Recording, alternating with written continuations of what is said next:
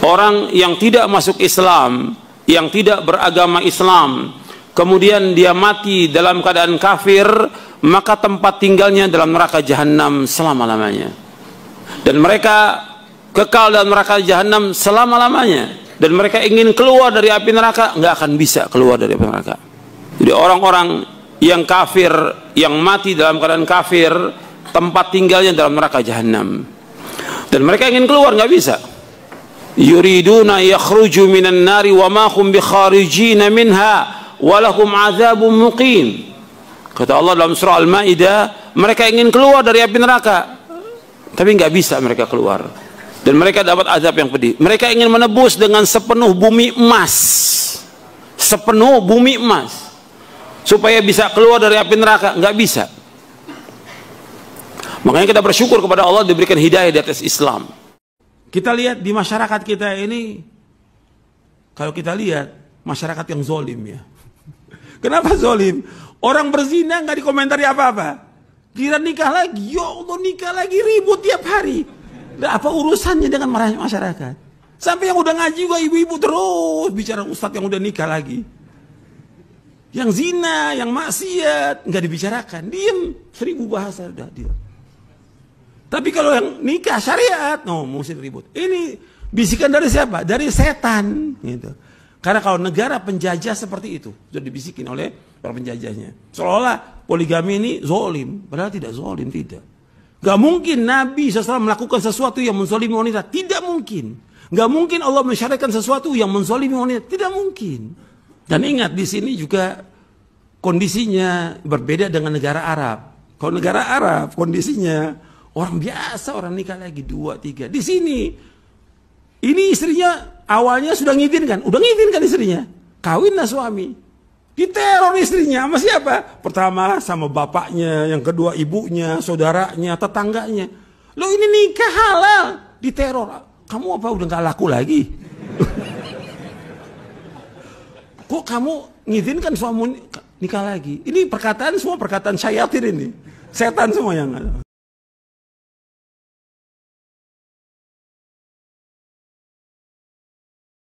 Allah menyebutkan orang yang berbuat syirik dan mati dalam syirik, diharamkan bagi mereka sorga, tempat tinggal neraka. Antum lihat dalam surah Al-Maidah surah 5 ayat 72. Surah Al-Maidah surah 5 ayat 72, Allah berfirman, innahu may yusyrik billahi faqad haramallahu alaihi al-jannah wa ma'wahu an-nar wa ma lidh-dhalimin min ansar. Di akhir ayat 72, innahu may yusyrik billahi faqad haramallahu alaihi al-jannah wa ma'wahu an-nar wa ma lidh-dhalimin min ansar. Sesungguhnya barang siapa berbuat syirik kepada Allah, sungguh Allah mengharamkan atasnya sorga, tempat tinggalnya neraka, dan orang-orang yang zalim itu tidak punya.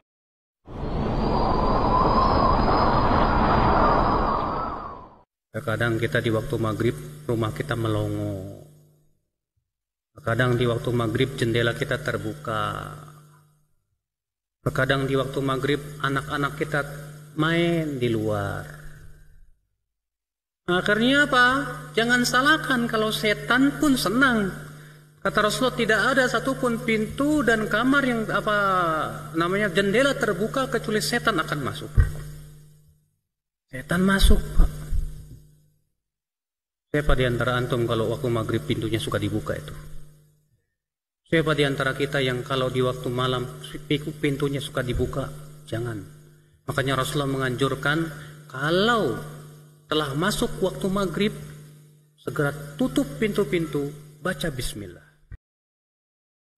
Termasuk kunci kebahagiaan adalah hendaklah dalam hidup ini yang kita kejar adalah ridho Allah subhanahu wa ta'ala, bukan keridhaan manusia. Sehingga jemaah sekalian, dampaknya adalah kita tidak akan terlalu peduli dengan apa kata orang tentang kita, sebab kita nggak mencari keridhaan mereka. Yang kita cari adalah ridho Allah subhanahu wa ta'ala. Termasuk yang merusak kebahagiaan seseorang adalah dia suka mencari keridhaan manusia, sehingga Sehingga dia menjadi sangat sedih kalau manusia berbicara buruk tentang dia. Kemudian dia menanggapi setiap komentar orang tentang dia. Dan yang paling berbahaya, demi mencari keridhaan manusia, lalu seseorang membuat Allah Subhanahu wa ta'ala murka. Rasulullah SAW mengingatkan, man ardan nasa bisakhatillah wakalahu Allahu ilan nas. Barang siapa mencari keridhaan manusia dengan membuat Allah murka, maka Allah akan jadikan dia bergantung kepada manusia. Allah tidak akan memberikan pertolongan kepadanya. Kata Syekh Abdurrahman bin Nasir As-Sa'di rahimahullahu ta'ala rahmatan wasi'ah, wa minal umurin nafi'ah, termasuk perkara yang bermanfaat yang dengannya kita bisa menggapai kebahagiaan, an ta'rifa anna adhiyatan nas laka wa khususan fil aqwali sayyi'ah la tadurruka. Hendaklah engkau pahami bahwa perbuatan manusia menyakitimu, khususnya lagi cuma kata-kata buruk mereka, itu tidak membahayakanmu. Bal tadurruhum, bahkan itu hanya membahayakan mereka. Illa in ashghalta nafsaka fil ihtimami biha, kecuali kalau kamu sibukkan dirimu untuk menanggapi mereka. Wa sawwaqta laha an tamlika masyairaka, dan engkau biarkan ucapan-ucapan mereka menguasai perasaanmu. Fa inda dzalika tadurruk kama tadurruhum, maka barulah ucapan mereka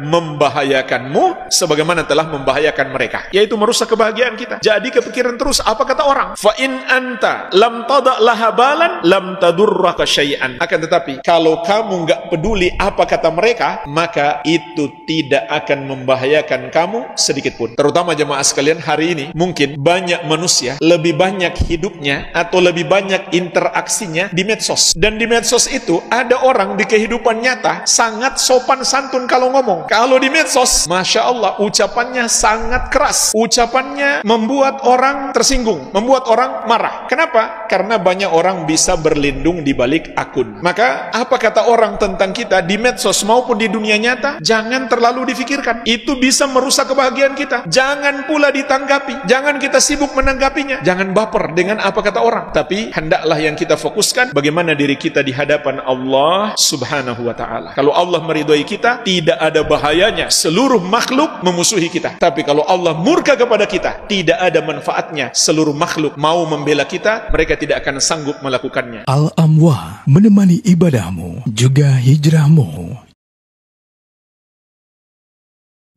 4 kewajiban setiap muslim dan muslimah. Penulis rahimahullahu ta'ala berkata, I'lam rahimakallah, ketahuilah semoga Allah Subhanahu wa ta'ala merahmatimu, annahu yajibu alaina ta'allumu arba'i masailah, bahwasannya wajib atas kita mempelajari 4 permasalahan. Al-ula, yang pertama adalah al-ilmu. Wajib bagi kita mempelajari ilmu agama, wahwa, yaitu mencakup 3 ilmu yang paling mendasar. Yang pertama, ma'rifatullahi azza wa jalla, mengenal Allah Subhanahu wa ta'ala, wa ma'rifatu nabiyhi sallallahu alaihi wasallam. Yang kedua, mengenal nabinya Muhammad sallallahu alaihi wasallam, wa ma'rifatu dinil Islam bil adillah. Yang ketiga, mengenal agama Islam dengan dalil-dalil, yaitu berdasarkan Al-Quran dan Sunnah sesuai pemahaman ahli sunnati wal jamaah. As-tsaniyatu, kewajiban kita yang kedua adalah al-amalu bih, mengamalkannya.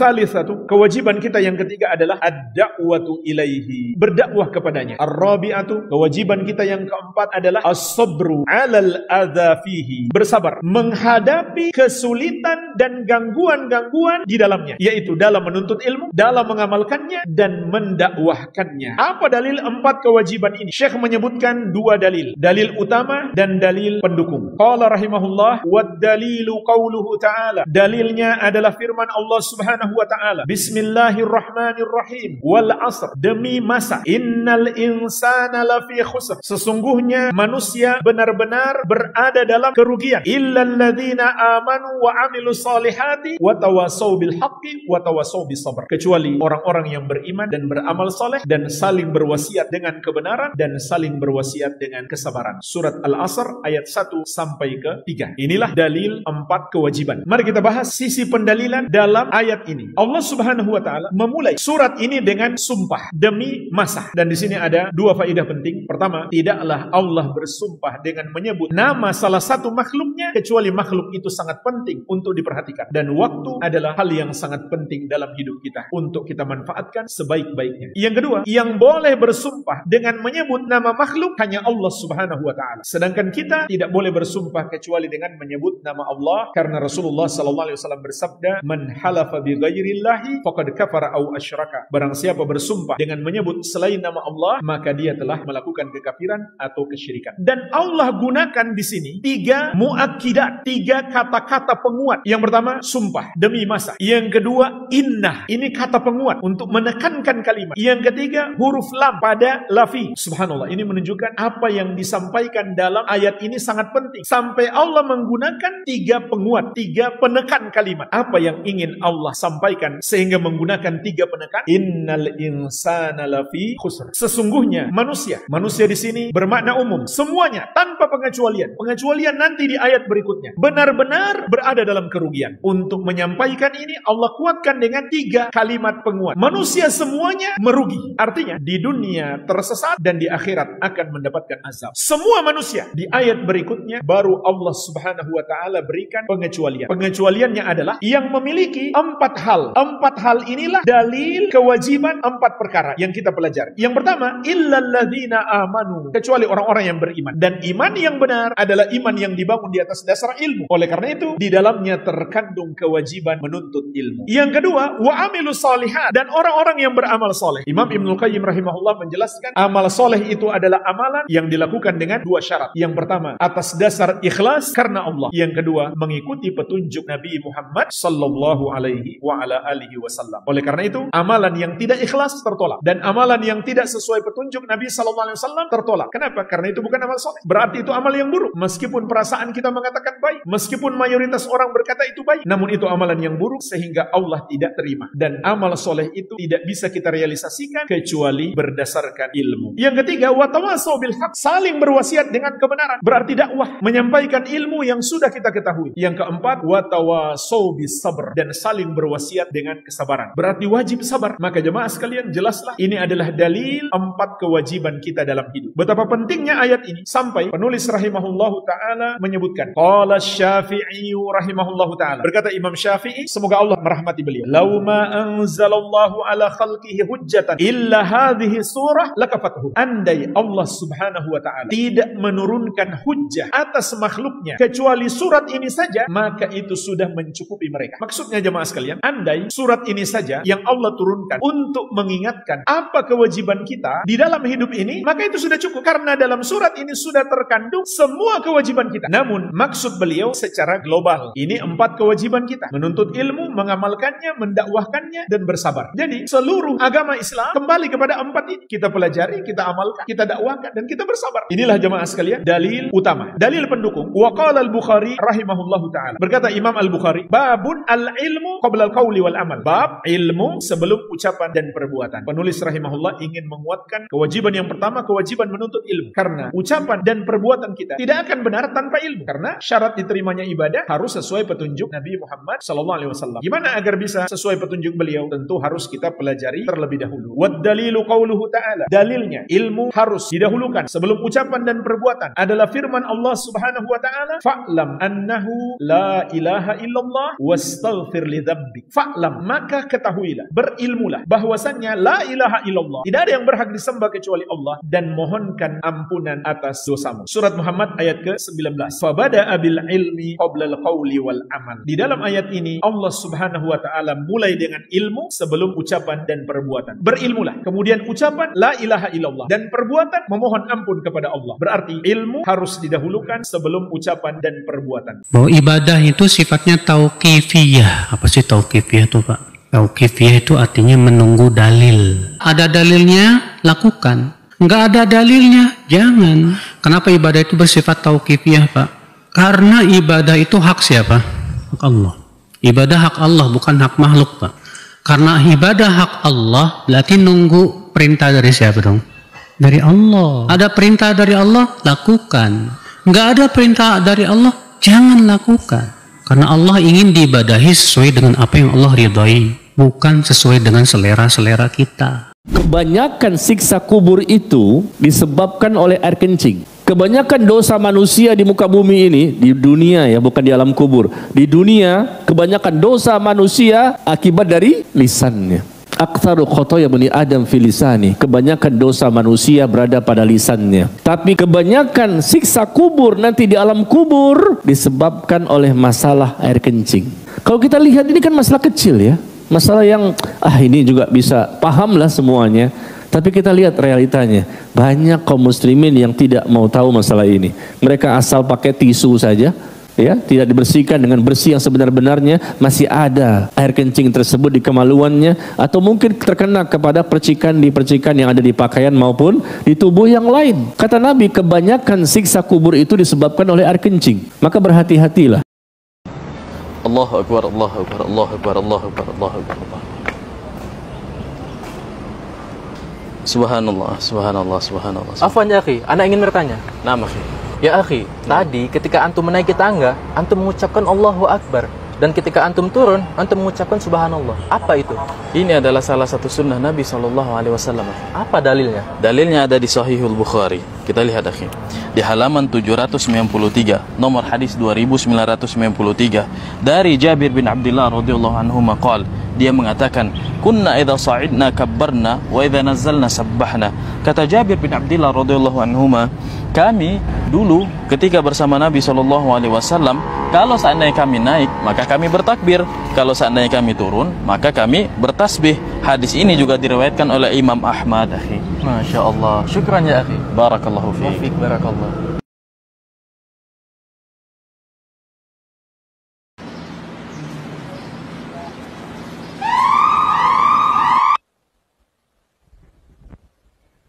Perbuatan membatalkan sholat ketika ada sesuatu yang menimpa kita, seorang yang sedang sholat, seperti harta kita yang dikhawatirkan ya akan hilang apabila kita tidak membatalkan sholat kita, maka ini diperbolehkan. Bahkan sebagian ulama seperti dinukilkan dari Al-Imam Qatadah, seorang ulama tabi'in, beliau pernah mengatakan, in ukhidha thawbuhu yatba'us sariq wa yaqta'us shalah. Apabila seorang diambil bajunya, ya kemudian dia ingin mengikuti pencuri tersebut dan dia batalkan sholatnya, maka itu diperbolehkan. Dan para ulama pun mengatakan diperbolehkan membatalkan sholat kalau ada hal-hal yang mendesak darurat seperti tadi. Contohnya adalah kehilangan harta kita.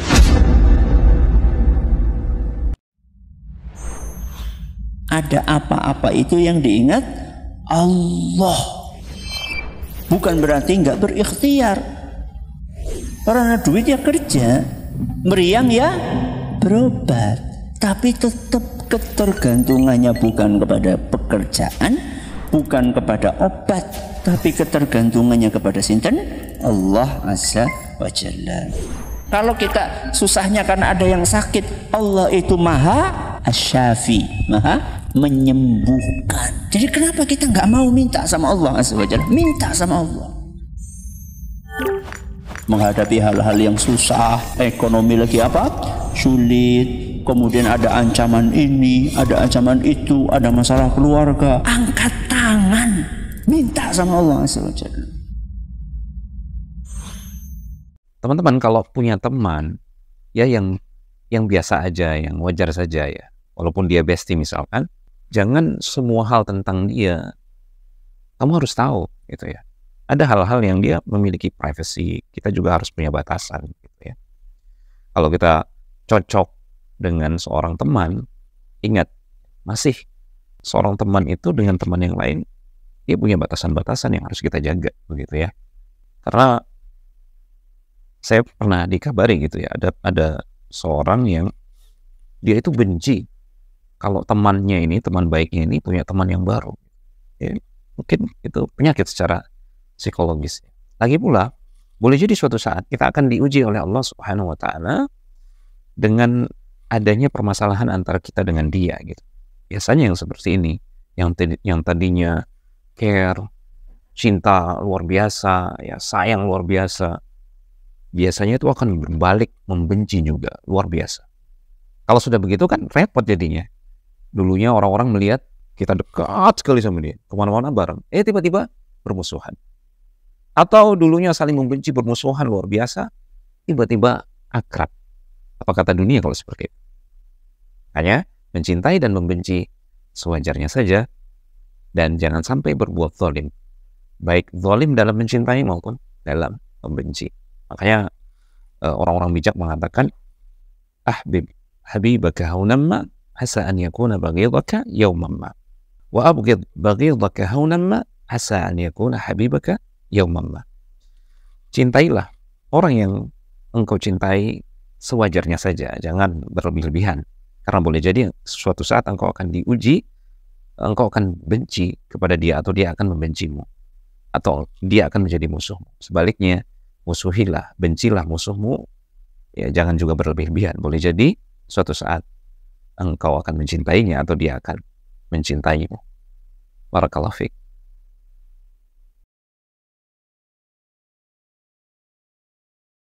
Hadirin, kalau kita ngeliat teman kita dapat ini, kok aku nggak dapat? Padahal aku lebih banyak sholatnya, lebih banyak zikirnya, lebih banyak ibadahnya, tapi dia yang dikasih lebih banyak. Padahal kita merasa sudah melakukan semuanya, sudah memberikan yang terbaik, jungkir balik, tapi kok hasilnya segini-gini aja, dan semakin nyesek ketika kita merasa usaha dia nggak sekeras usaha kita. Bilang ke diri kita, kalau Allah kasih lebih, belum tentu saya setaat sekarang. Allah berfirman, walau basatallahu rizqa li'ibadihi labaghaw fil ardi. Kalau Allah lapangkan rizkinya untuk hamba-hambanya tersebut, maka hamba-hambanya tersebut bukan jadi baik, jadi melampaui batas di atas permukaan bumi. Walakin yunazzilu biqadari ma yasha innahu biibadihi khabirun basir. Dan Allah yang paling tahu dan maha melihat hamba-hambanya tersebut. Jadi itu belum tentu Allah lebih sayang dia dibanding kita. Tapi justru Allah kasih seperti itu karena Allah tahu kalau kita dikasih lebih itu overdosis dan justru merusak iman kita dan merusak ketaatan kita kepada Allah.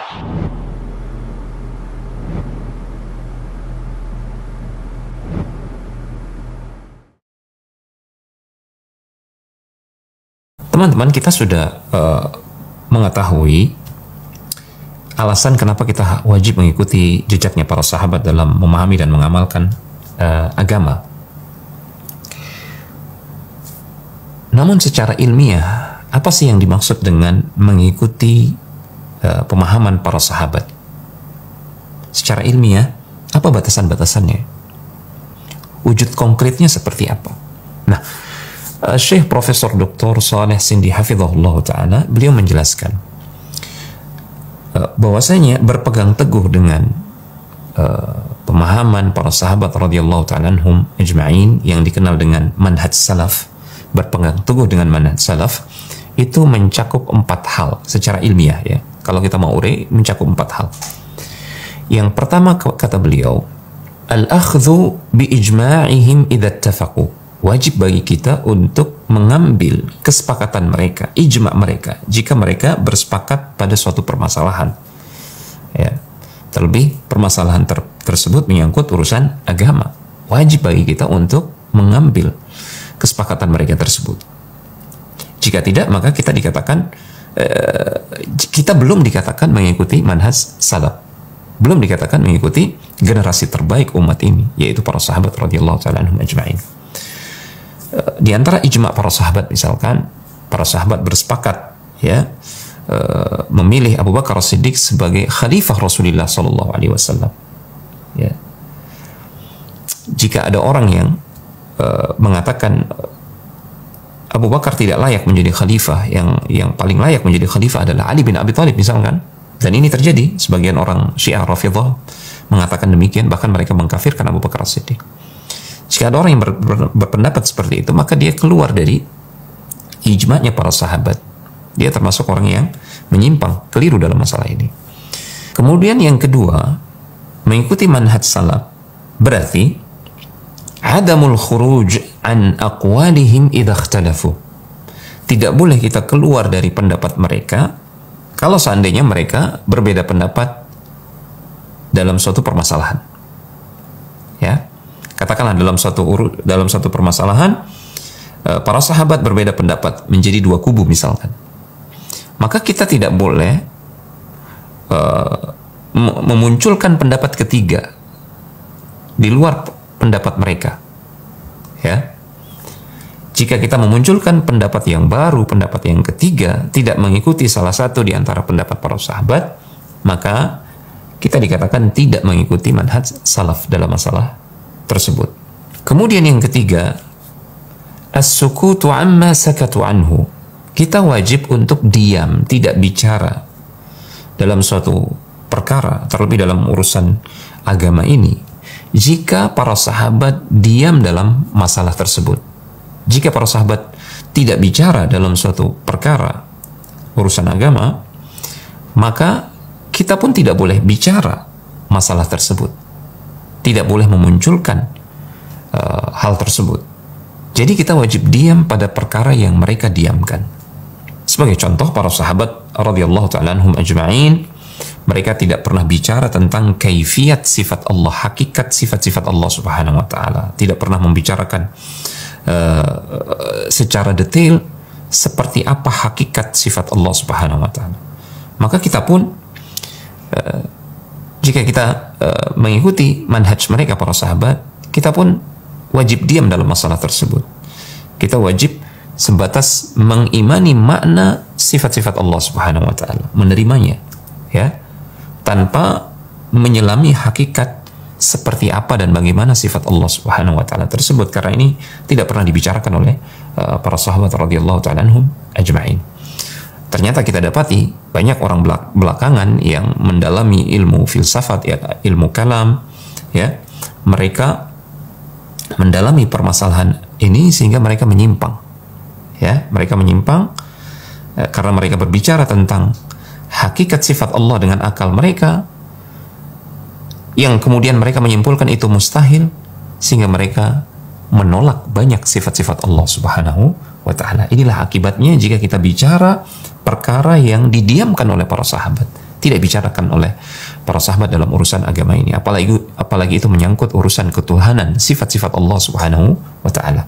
Kemudian yang keempat adalah fahmun nususi wal istinbatu minha wafqa fahmihim wastinbatihim wa qawaidihim.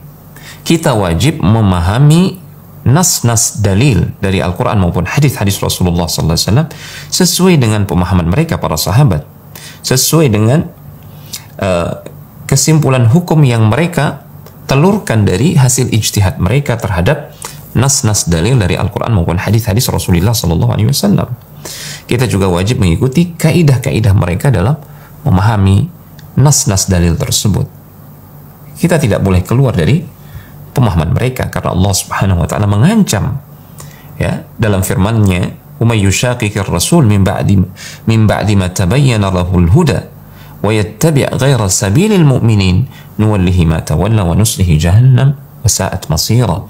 Siapa yang menentang Rasul setelah jelas baginya al-haq, kebenaran, dan dia mengikuti jalannya selain jalan orang-orang beriman, maksudnya adalah selain jalannya para sahabat, sebagaimana diungkapkan oleh banyak ahli tafsir, maka Allah mengancam, nuwallihi ma tawalla, kami akan palingkan kemana mereka berpaling, ya, mereka akan tersesat, wa nuslihi jahannam wa sa'at masir, dan kami akan campakkan mereka ke dalam neraka jahanam, dan itu adalah seburuk-buruk tempat kembali.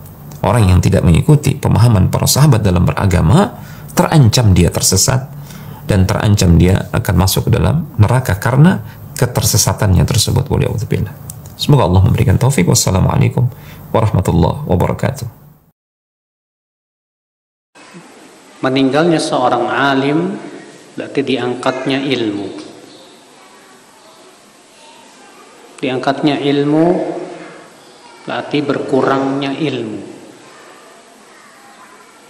Semakin banyak ulama yang pergi, semakin sedikit ilmu. Akibatnya apa? Orang-orang yang bukan alim, bukan ulama, diangkat sebagai ulama dan dianggap sebagai ulama. Lalu mereka dimintai fatwanya, akibatnya mereka berfatwa tanpa ilmu. Bahayanya apa? Bahayanya tentu akan sesat dan menyesatkan. Dunia ini betul-betul manis dan indah, luar biasa. Manis dan indah.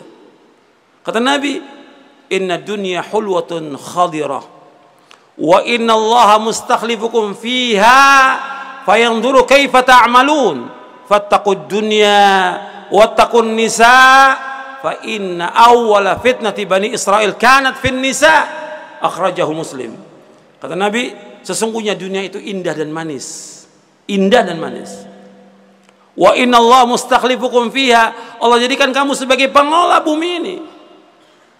Bukan jadi budak, pengelola bumi ini. Makmurkan bumi ini. Yang pokok pertama kali memakmurkan bumi dengan apa tadi? Dengan apa? Ibadah kepada Allah.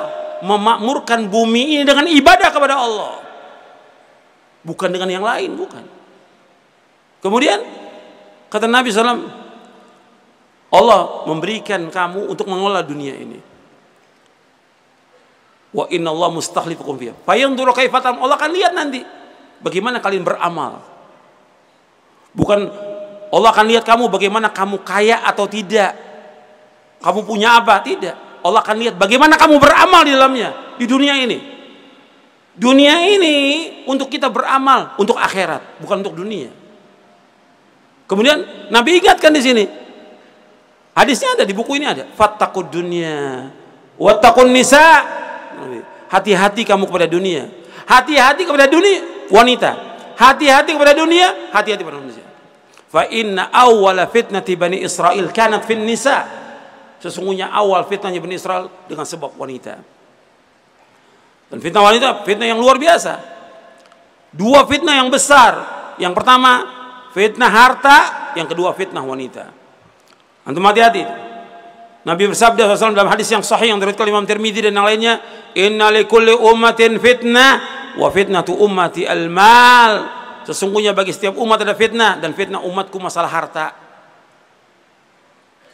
Harta. Kemudian juga Nabi bersabda tentang wanita dalam hadis yang sahih riwayat Bukhari dan Muslim. Nabi bersabda, ma taraktu ba'di fitnatan hiya adarru 'ala rijali minan nisa. Muttafaqun alaih. Tidak aku tinggalkan fitnah yang lebih berbahaya bagi laki-laki dibandingkan wanita.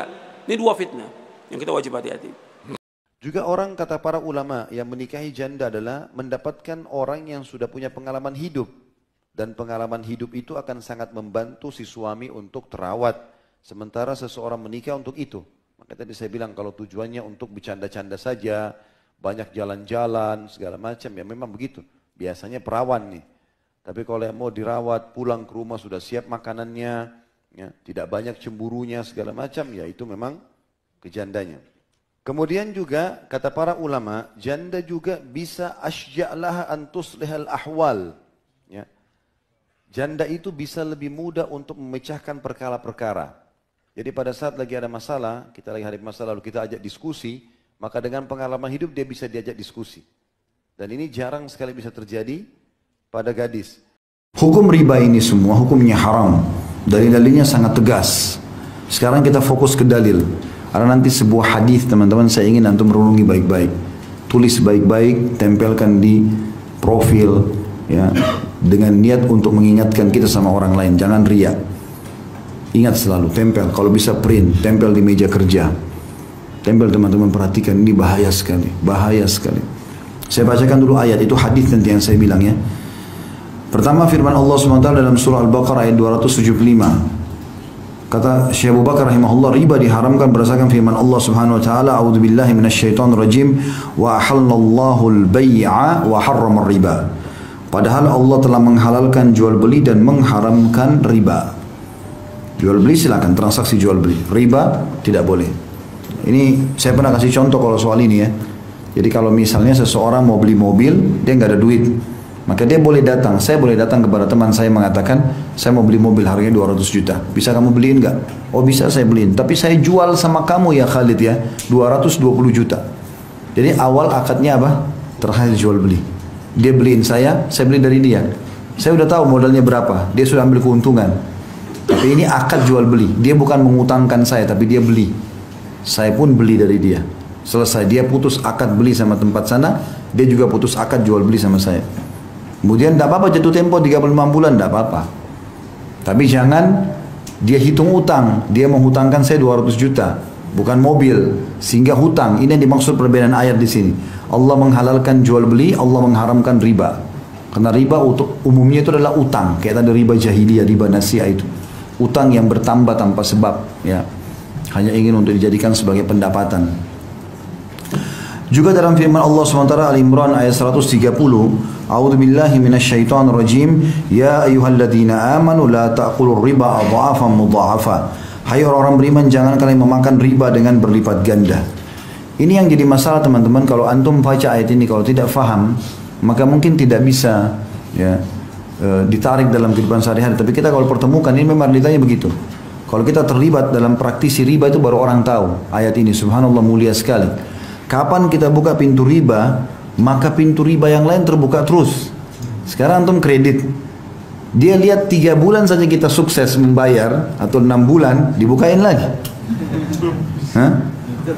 Jadi terbuka lagi pintu riba yang lain. Kartu kredit itu makin besar harta antum, maka makin besar limitnya. Karena mereka berharap ada keterlambatan, 1-2 produk, 3-4 produk, maka hidup dari situ. Karena itu jadi masalah. Maka Allah sudah ingatkan, memang riba itu sifatnya adha'afa mudha'afa, sifatnya pasti berlipat-lipat. Jarang orang bisa riba sekali terus kemudian dia berhenti, kecuali dia taubat kepada Allah.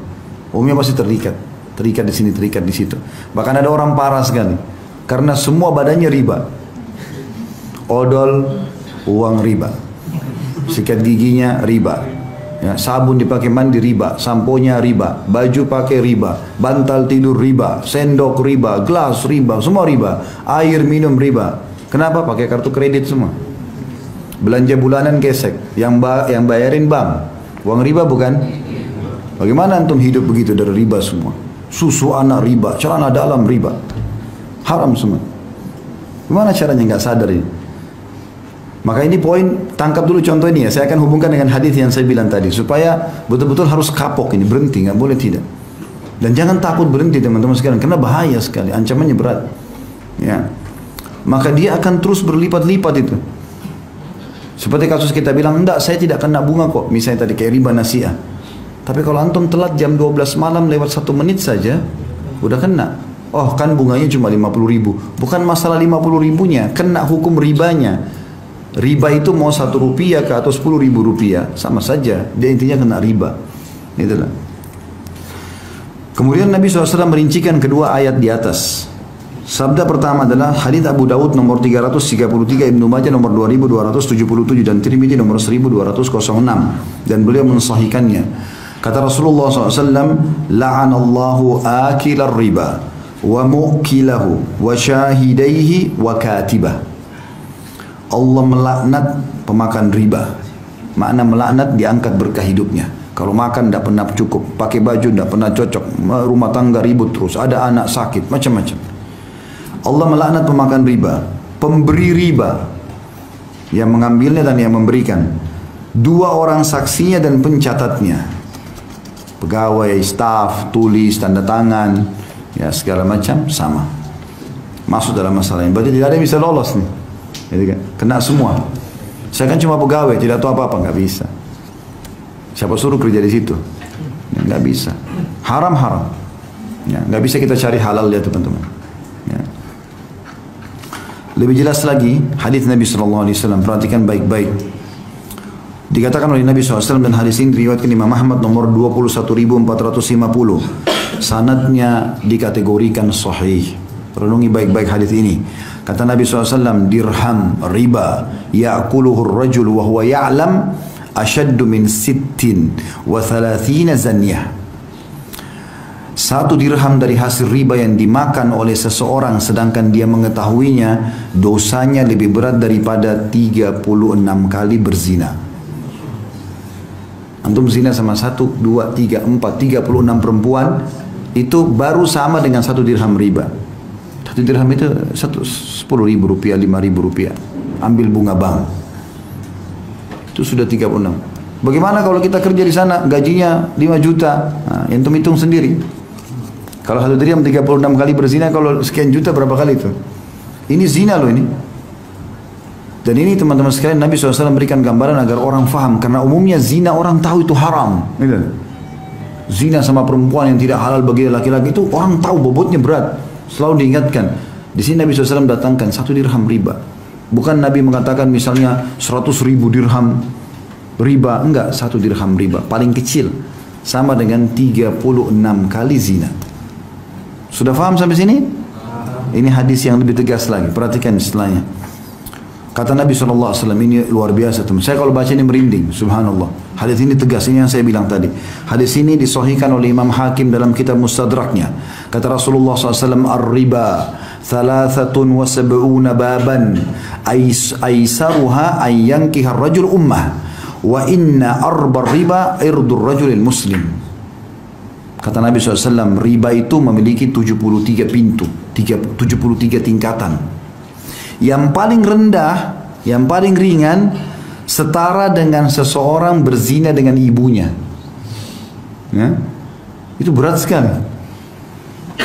Paling rendahnya sama dengan berzina dengan ibu. Teman-teman harus tahu ya, dalam bab zina, hukumannya beda-beda. Level-levelnya.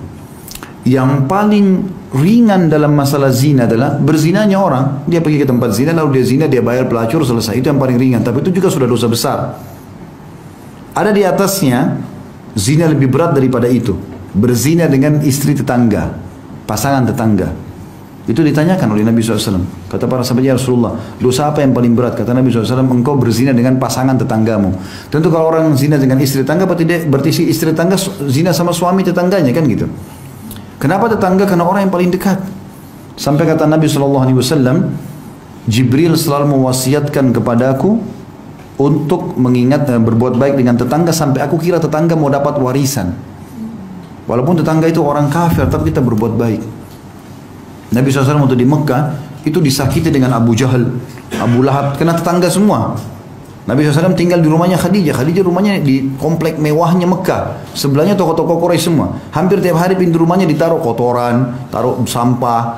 Nabi SAW sambil senyum, mengangkat sambil mengatakan, beginikah kalian bermuamalah dengan tetangga? Nabi nggak balas, karena tahu ini bahaya. Kalau dibalas maka hukumannya sama nanti. Gitu. Jadi ini luar biasa kan? Zina dengan tetangga. Lebih lagi di atasnya, zina dengan istri mujahid. Jadi kalau ada orang pergi jihad, istrinya si mujahid itu seperti ibu kita. Kata Nabi SAW, kedudukan istri para mujahid sama dengan ibu-ibu kalian. Seperti kita hormati ibu kita, harus hormati walaupun istri mereka masih muda. Bukan malah datang diganggu. Karena perempuan lemah. Pada saat suaminya jauh, dia bisa digoda. Laki-laki bisa memberikan hadiah, bisa berikan perhatian. Apalagi mereka pakai perasaan. 1 bulan, 2 bulan suaminya pergi, mulai ada WA syaitan. Kenapa sayang, butuh bantuan apa? Ini kalimat syaitaniyah. Orang bisa tergoda. Kalau sampai dia berzina dengan istri mujahid, walaupun itu perempuan memang dasarnya juga dia berdosa, tapi ini yang menzinai itu dosanya berat sekali. Kata Nabi SAW, si mujahid itu akan didatangkan hari kiamat dengan si pelaku selingkuh dengan istrinya, lalu Allah bebaskan dia mengambil pahalanya sesukanya. Kata Nabi SAW, ya, kata Nabi SAW, apakah kalian kira si mujahid akan sisakan pahalanya? Tanda tanya. Gak mungkin. Dia pergi jihad, berperang jalan Allah, antum datang ganggu istrinya? Hah? Gak boleh. Makanya perempuan yang sudah bersatu suami, antum kasih X besar-besar. Sudah selesai urusannya. Mau cantiknya seperti bulan, ada cerita. Udah haknya si laki-laki itu. Karena tidak ada poliandri dalam Islam. Gak mungkin lagi perempuan punya 2 suami. Haram. Ya. Antum minta kepada Allah diberikan istri yang baik. Kalau sudah jadi istri orang, selesai urusannya. Jangan pernah sentuh wilayah itu. Karena ada orang punya penyakit itu. Pernah ada orang tanya saya di pengajian, Ustaz, saya punya masalah dalam ini zina karena saya suka ganggu istri orang. Karena dia berpikir kalau orang sudah menikah, mudah kalau dia berzina pun tidak ketahuan karena sudah ada suaminya. Beda kalau masih gadis nanti hamil di luar nikah. Makanya dikasih posisi dalam zina tinggi. Yang lebih tinggi lagi daripada istri mujahid adalah berzina dengan mahram. Anak sama ibu, anak sama ayah, ya, saudara sama saudarinya. Ini paling tinggi. Sampai kalau zina sama mahram ini, kan hukum zina itu teman-teman kalau dia berzina kepergok sebelum nikah, dia tidak menikah, masih bujang atau gadis, hukumnya dicambuk 100 jera dan diasingkan 1 tahun. Tapi kalau sudah nikah dia apa? Dirajam, gitu kan. Tapi khusus yang zina sama mahramnya, mau sudah nikah atau belum nikah, rajam langsung, hukuman mati.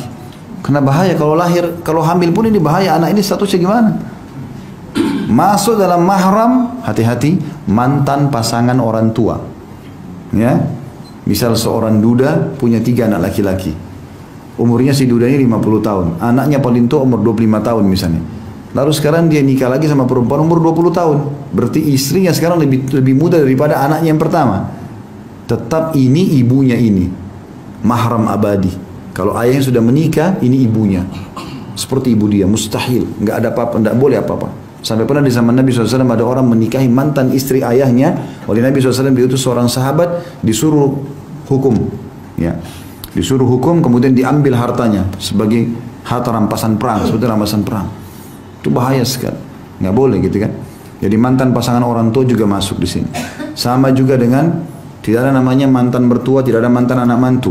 Kalau sudah dinikahi oleh anak kita berarti mahram kita abadi walaupun anak kita cerai dengan pasangannya. Ini harus diketahui. Ini tingkat tertinggi dalam masalah zina, yaitu zina dengan siapa? Mahram. Bayangkan di sini riba. Kembali ke bahasan kita.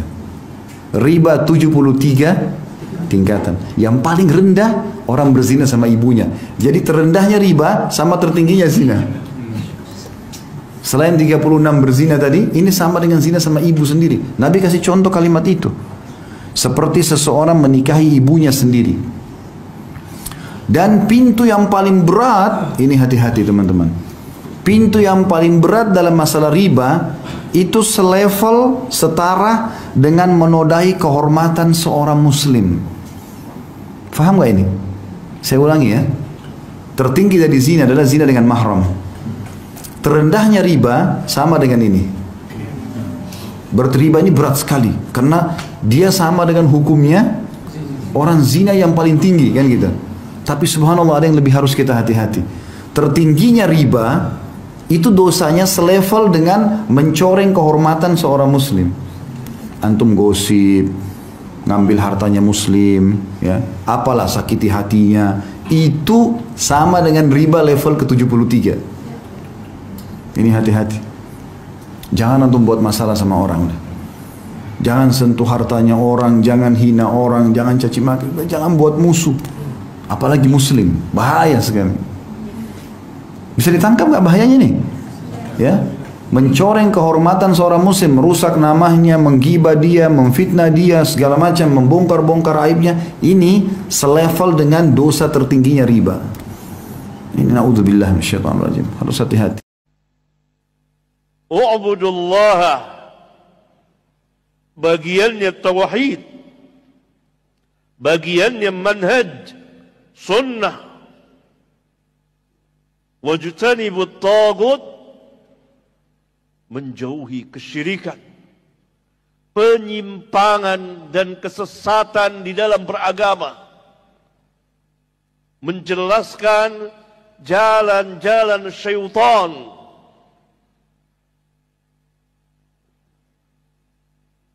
Begitu juga setiap dai, orang-orang alim mendakwakan manusia. Sama semuanya asasnya. U'budullaha wajtanibut tagut. Yang pertama meluruskan manusia agar mereka mentauhidkan Allah sesuai untuk apa Allah menciptakan manusia dan jin. Anak zaman sekarang ya umur 9 tahun sudah harus cuci darah.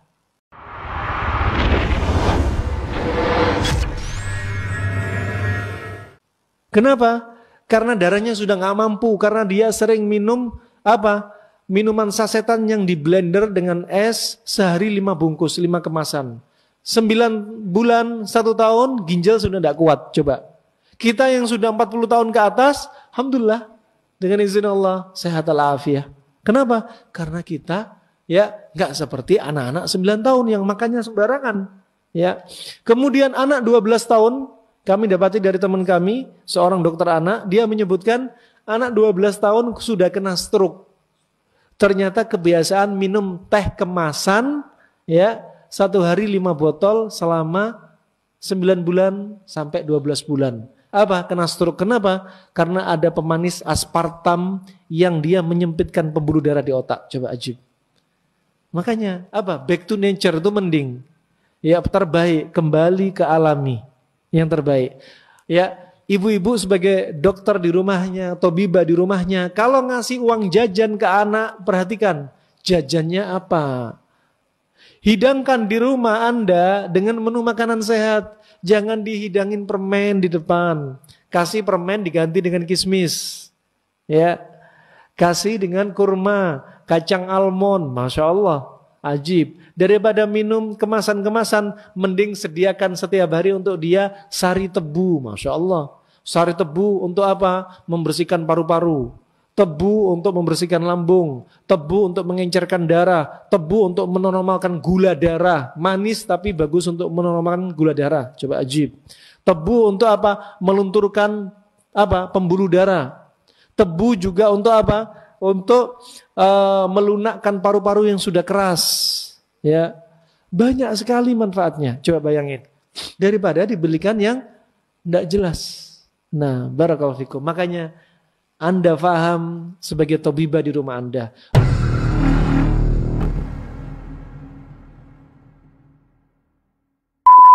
Al-Amwa, menemani ibadahmu juga hijrahmu. Azan yang kita pakai, azan yang senantiasa kita dengar, itu azan siapa? Azan Bilal. Azan Bilal ini dipakai oleh Imam Ahmad, Imam Malik, dan Imam Abu Hanifah. Ternyata Imam Syafi'i tidak memakai azannya Bilal. Jadi azan siapa yang Imam Syafi'i pakai? Yang Imam Syafi'i pakai itu adalah azan Abi Mahzurah. Jadi ini bukti, salah satu bukti bahwa kita itu tidak wajib bermadhab Syafi'i. Buktinya apa? Dalam azan saja kita tidak menerapkan madhab Imam Syafi'i. Dan itu rata-rata alhamdulillah semua kita, negara kita ini azannya seperti itu.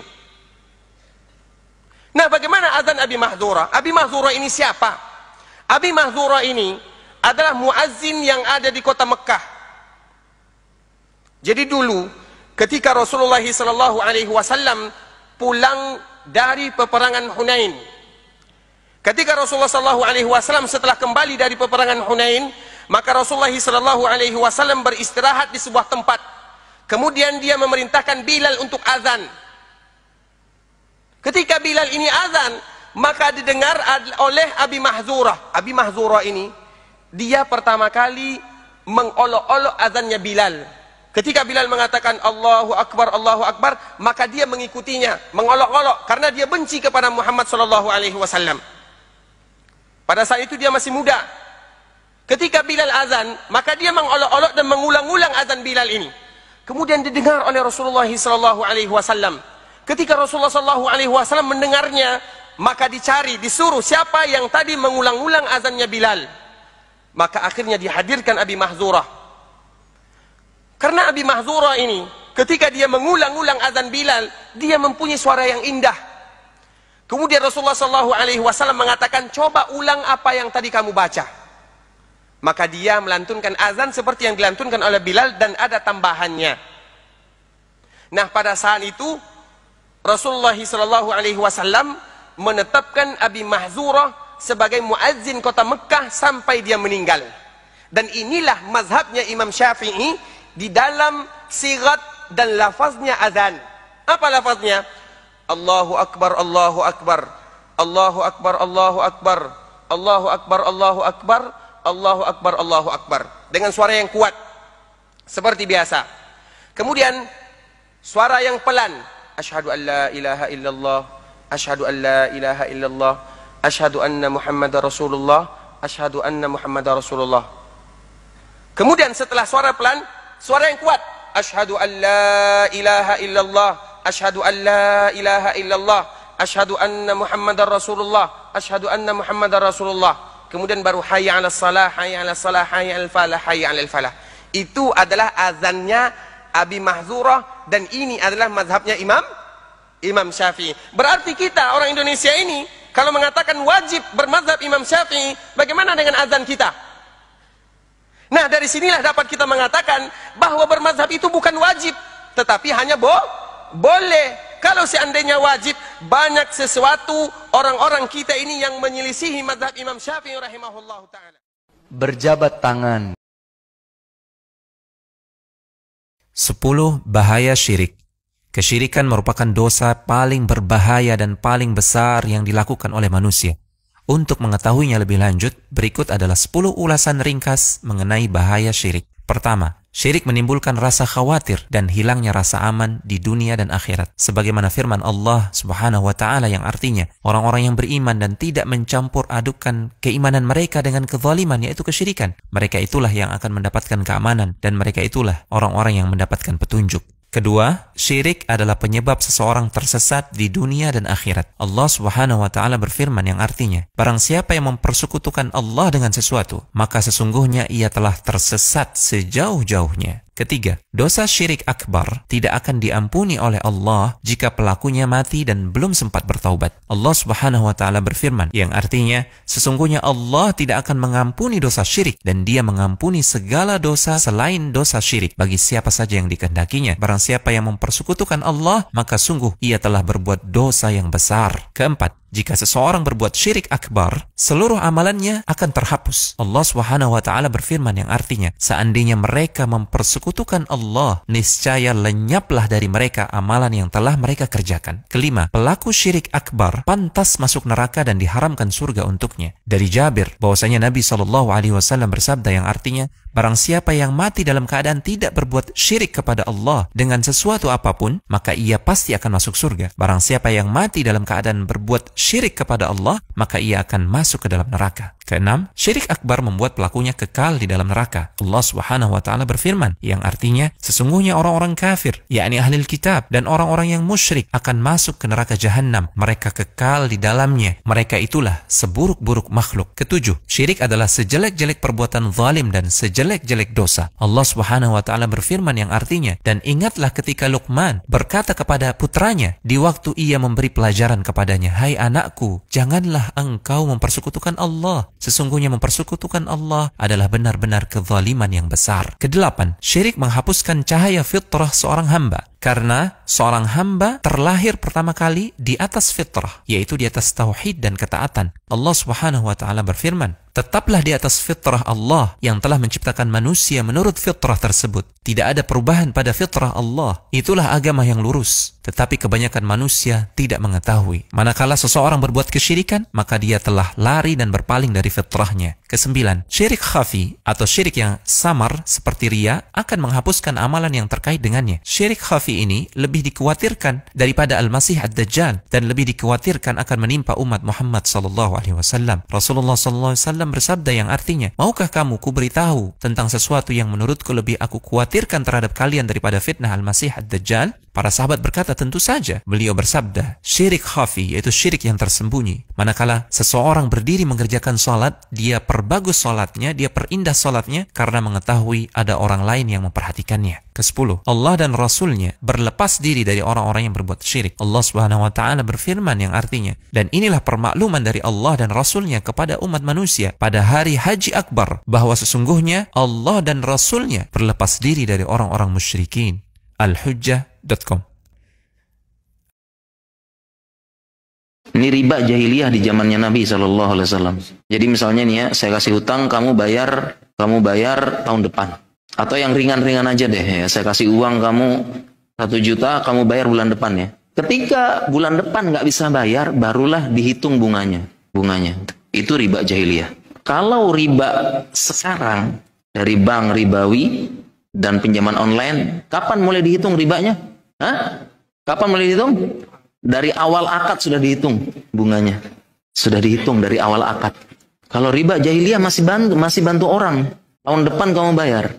Kalau tahun depan dia bayar, selesai. 1 juta ya 1 juta. Kalau nggak bisa baru nanti naik. Ini riba jahiliyah. Ini pun yang dilaknat, diperangi Allah dan Rasulnya. Apalagi riba zaman sekarang.